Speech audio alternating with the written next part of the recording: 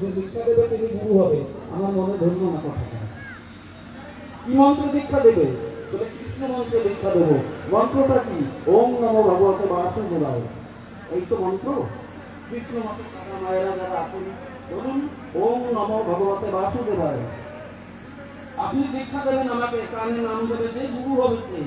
তাই যদি সত্য, তাহলে যে নামটা উনি দিলেন, নাম আর নামই যদি অভেদ হয়, তাহলে নামের মালিককে গুরু তো তিনি হওয়া কর্তব্য। তুমি গুরু হবে কি করে? আমার মনে ধরল না, না হবে না।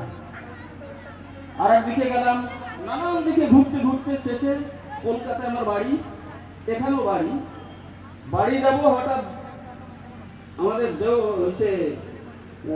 জেসিডিতে গিয়ে গাড়িটা খারাপ হয়ে গেছে।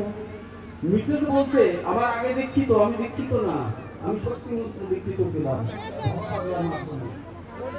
তা বলছে গাড়িটা তো খারাপ হয়ে গেছে, যাবে না, তখন একটু ঠাকুর বাড়িতে যাই।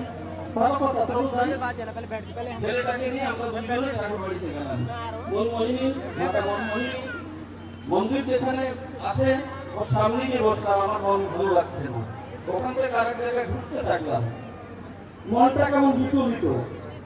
হে ভগবান, এই জীবনে ভগবানরা বলেছিলেন আমি যে মন্ত্রকে দিলাম ছাড়িস না, কিন্তু সদ্গুরু প্রদত্ত নাম তুই পাবি। কবে পাবো, কোথায় পাবো? সব জায়গায় তো ভেজাল দেখি, পাবো কোথায়?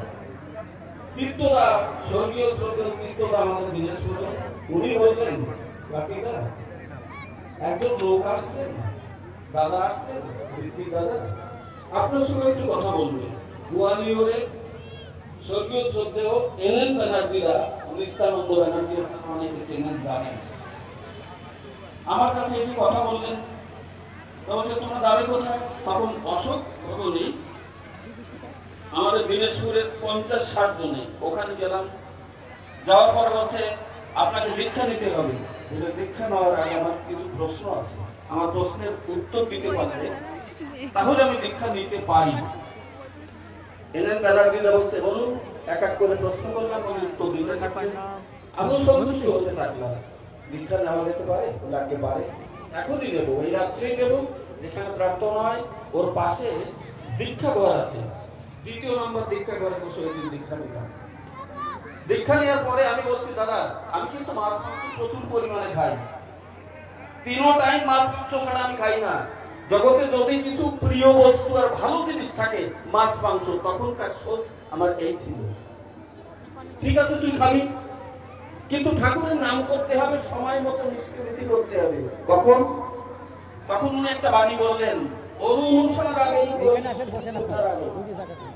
অরুণ উষার আগেই করিস রাত্রি সজ্জা ত্যাগ। সময় হয়ে গেছে, বলার টাইম। যাই হোক, আরো নানারা বলবেন, আমি একা বলবো তো হবে না, সব দাদাদের কথা শুনতে হবে। সকলের মঙ্গল প্রার্থনা, শ্রীপাদ পদ্মাবলী নিবেদন জানাই। এরপরে আবার পরবর্তী বক্তা এসে করবেন শুরু।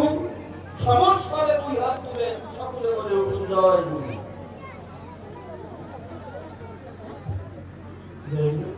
बहुत सुंदर ढंग से दादा दादाजी मोहम्मद बाहर जो मैदान में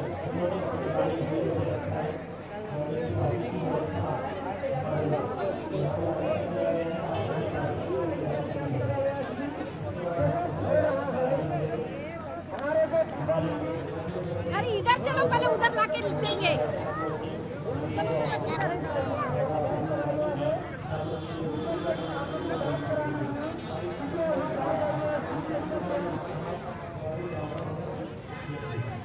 जा रहा है यहाँ पर काम करने।